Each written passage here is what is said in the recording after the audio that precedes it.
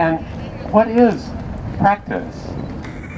Well, about 700 years ago, a Zen monk asked that very question.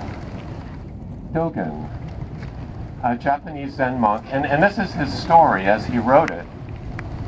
He was 23 years old, and he was traveling to China. He was undergoing the arduous trip to China in order to seek the true teachings because he wasn't satisfied with what he was encountering in his home country. So he was on the boat at the port in China, I guess going through the equivalent of getting his visa, approved or whatever they did back then.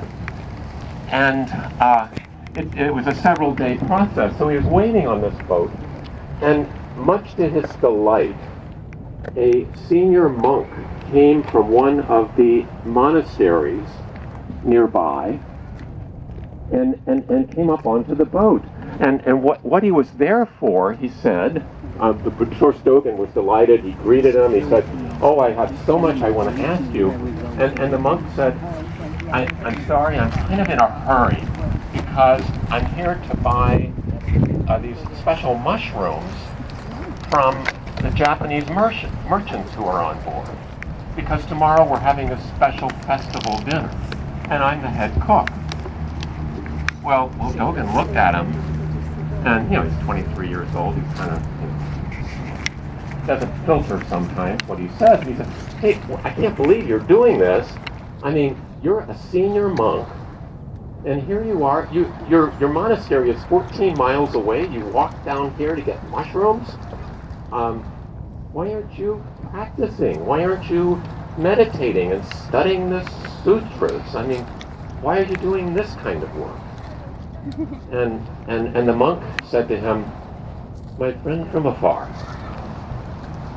you don't understand what practice is." Well, Dogen, much taken aback, because he'd always been kind of the A student, and now this monk was telling him that he didn't really know what he was doing at all.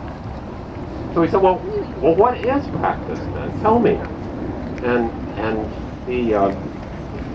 the monk said, "Well, I'm in a hurry now, but if you hold that question and don't fool yourself, you will be a person of the way." Well, as it turned out, several months later, Dogen had the opportunity to talk with this monk again. He encountered him on his travels once Dogen was going from monastery to monastery in China, and he encountered him, and after a few pleasantries, he said, What is practice? Tell me now." And the monk said, "Kingai Fuzozo."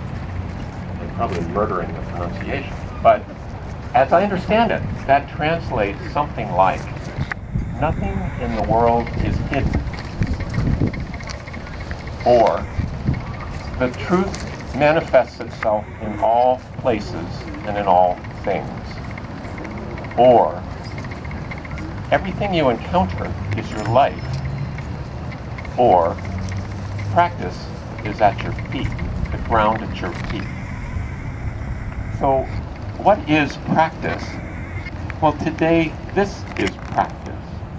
I mean, Bhikkhu Bodhi, in the course of his travels and his life, encountered much, including an observation that many of the people in the world don't have the basic human substantive needs, basic nutrition. About 1 out of 9 people are chronically hungry. And you don't have to go to South Sudan. I mean, here in the U.S., about 30% of households with children headed by a single woman don't have food security, which means they don't know where the next meal's coming from. So this is an all-pervasive problem, and Bhikkhu Bodhi, with the help of many others,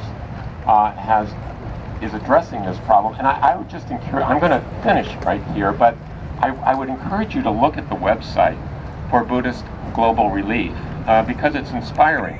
One thing that inspired me about it is that you can see how instead of reinventing the wheel, that the organization has selected programs that are currently working, that are efficient, that are really producing results, and partnering with them. Very clever. So this is practice.